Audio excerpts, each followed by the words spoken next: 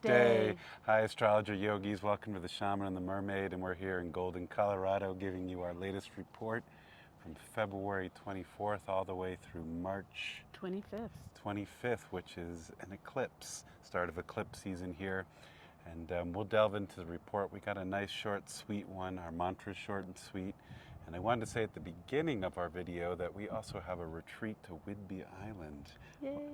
What's the name of that one? This is called Whales and Tales, and we're excited that we're finally getting to take a group of people to one of our favorite parts of the whole world, the San Juan Islands off the coast of Washington.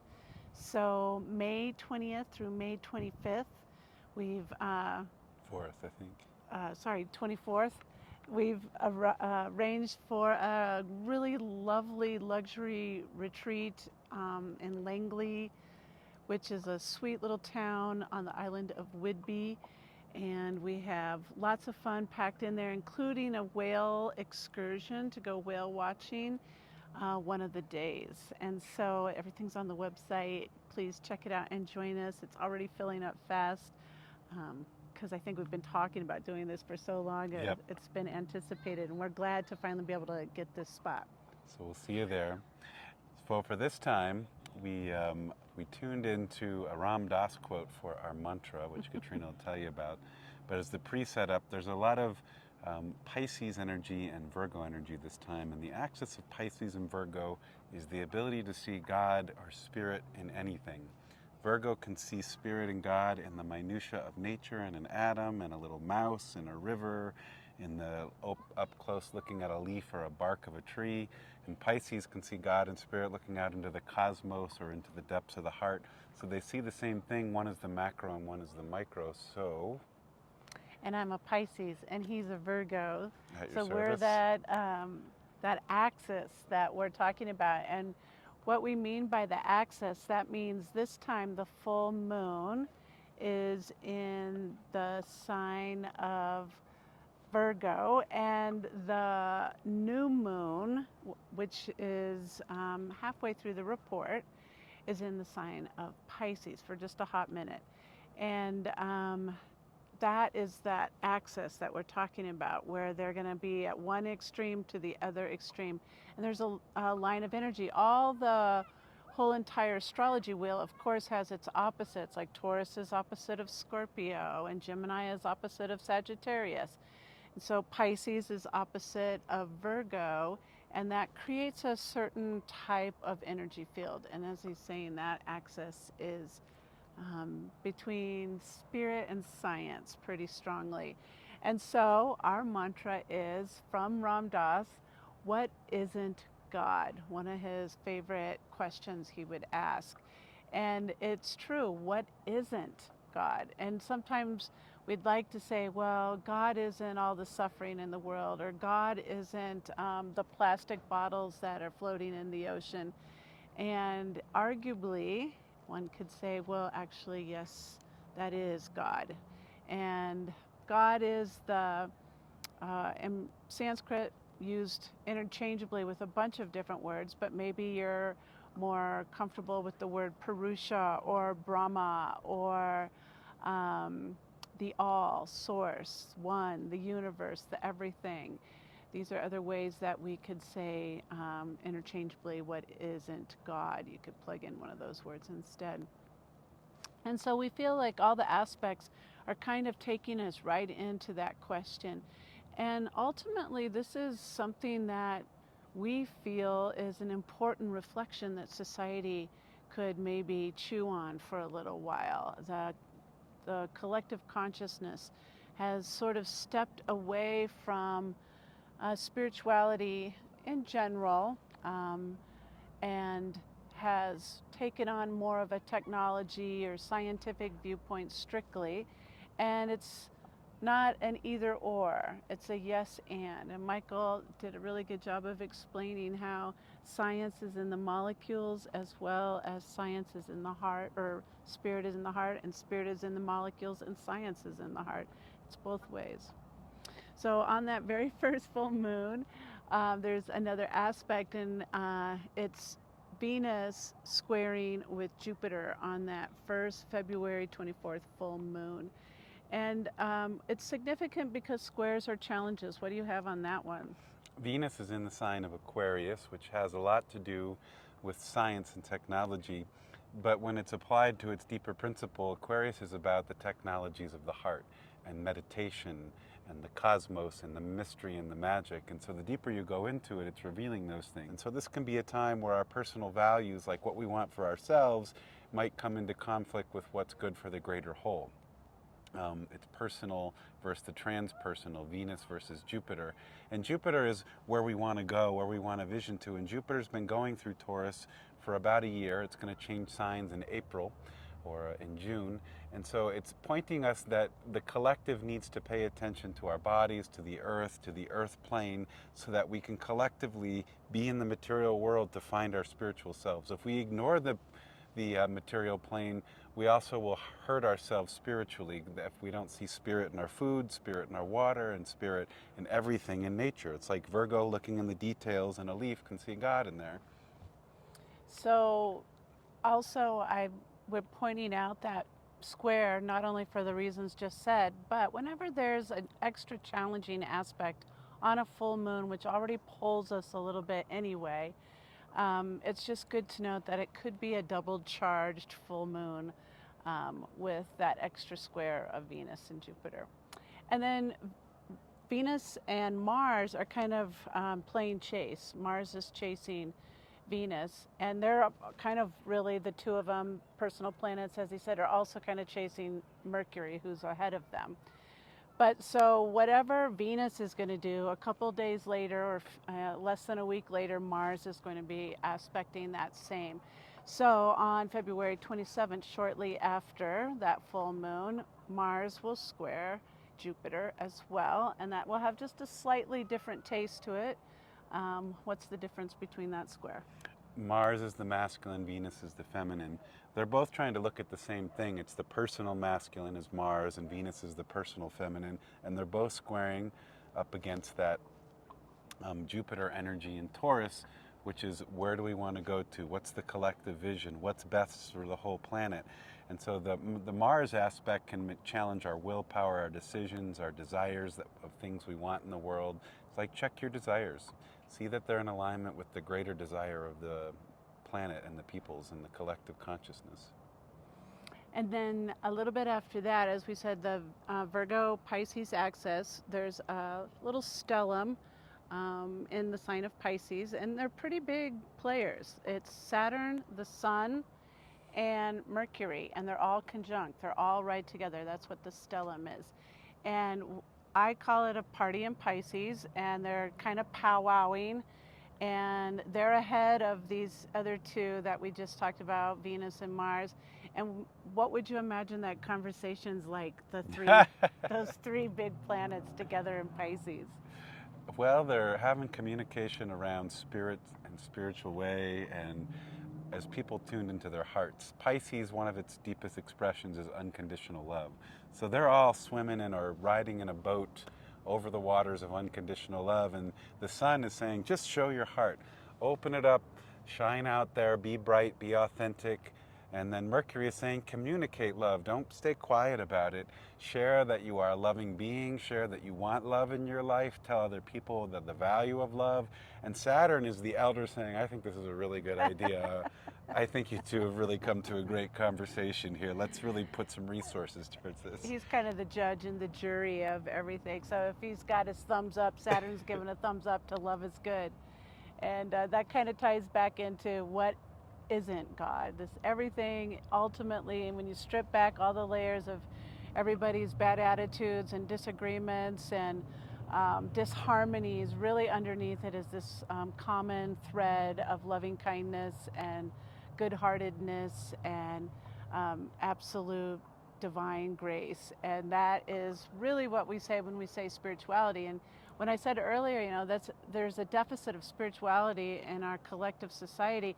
You may have argued instantly, say, no, I go to church every Sunday. And I think there's a big difference between religion and spirituality. And no disrespect if we're going to church on Sunday, but it's also, it needs to play out. It's not just go receive the the beautiful messages from the pastor or the minister or the priest or the clergyman. It's then go incorporate it into your life and live the teachings, live being the loving, compassionate person. I would say that all the common thread between all religions is to be a loving person. And so it's walking the talk, besides not just showing up and going to church. To me, that's real spirituality.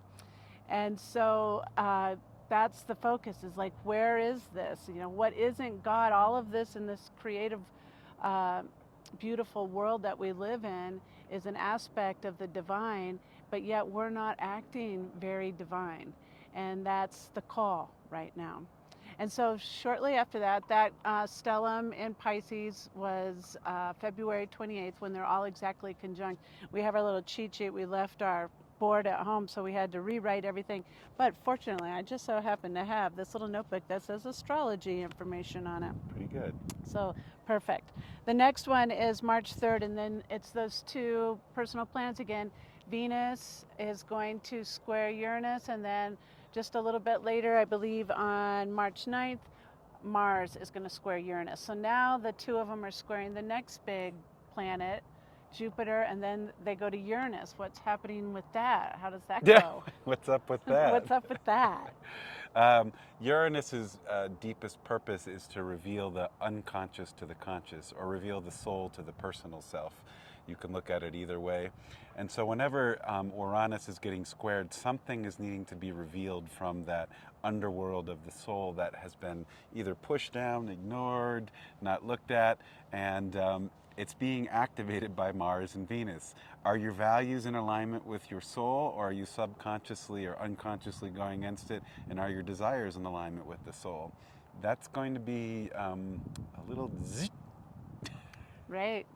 Well, we were just at a workshop in Lafayette at Sultry Yoga, a little plug, nice studio, and one of our friends was teaching there, Dr. Manoj Chalam, the Deep Bow Manoj. You all probably know Manoj too.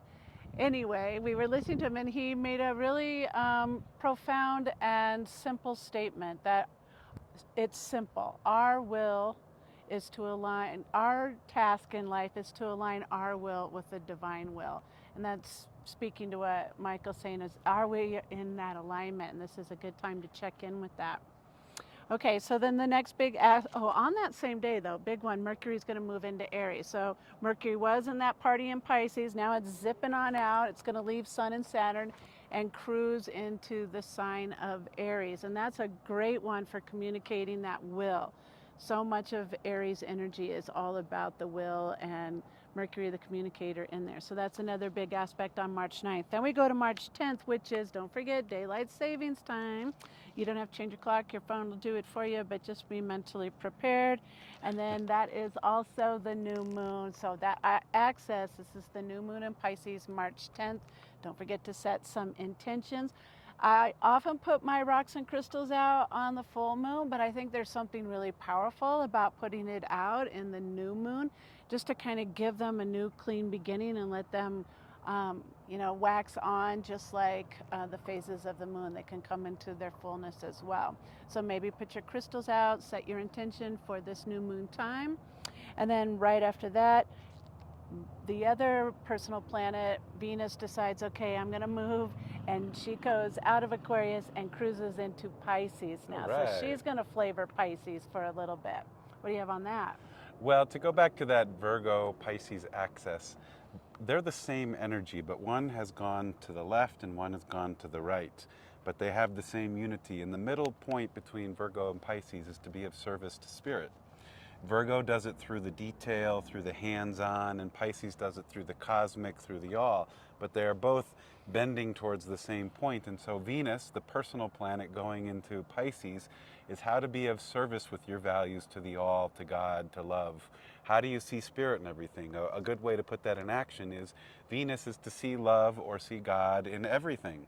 And then we'll act differently. We'll act differently to the people that we encounter. We'll act differently to the water that we drink. We'll act differently towards the little animals. We'll say, in lakech, alakin, namaste. That's what isn't God. Namaste is everything is.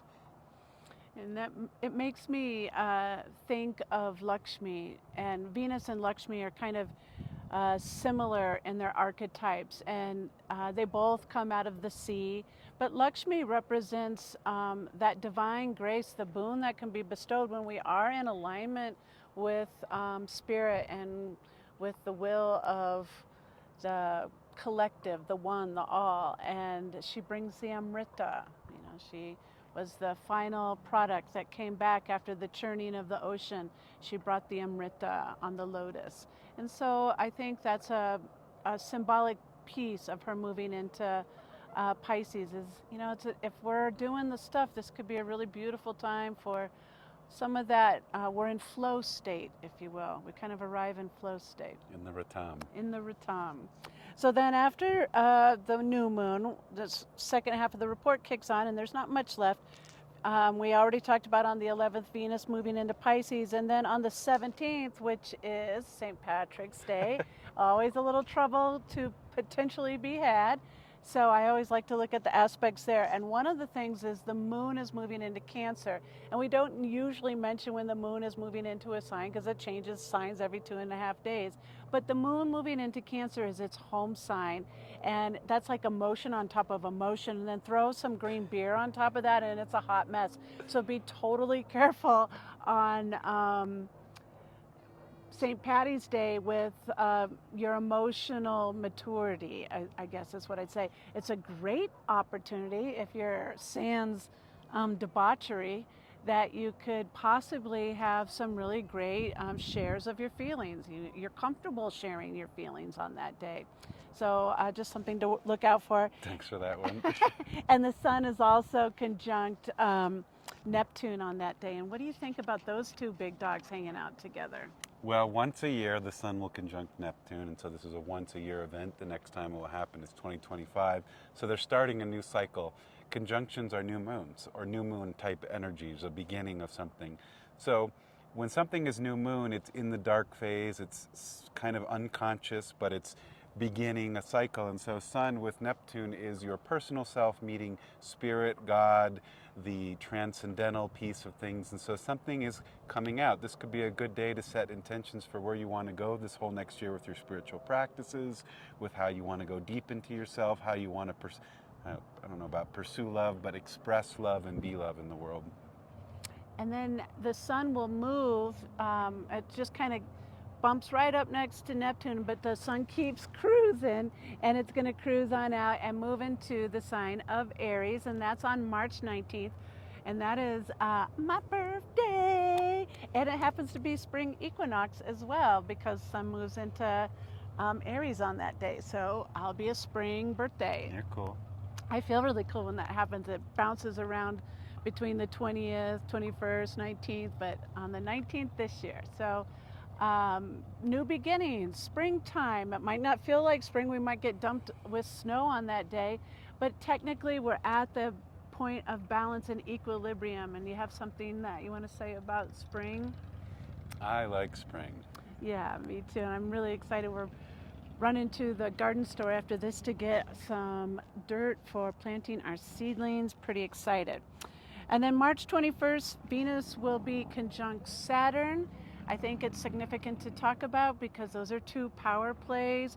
So what happens on that first day of spring?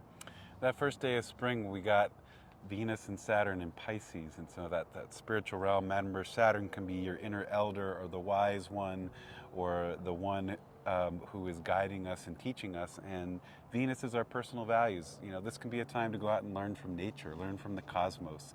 Your direct teacher in a lot of the ancient traditions is going to the stars, going to the water, going to the trees, going into the Hridayam heart, the cave of the heart. So to me, Venus in Pisces and Saturn is go listen to your inner elder and spend time in nature. So then shortly after that, as I said, Mars is chasing Venus. So here comes Mars.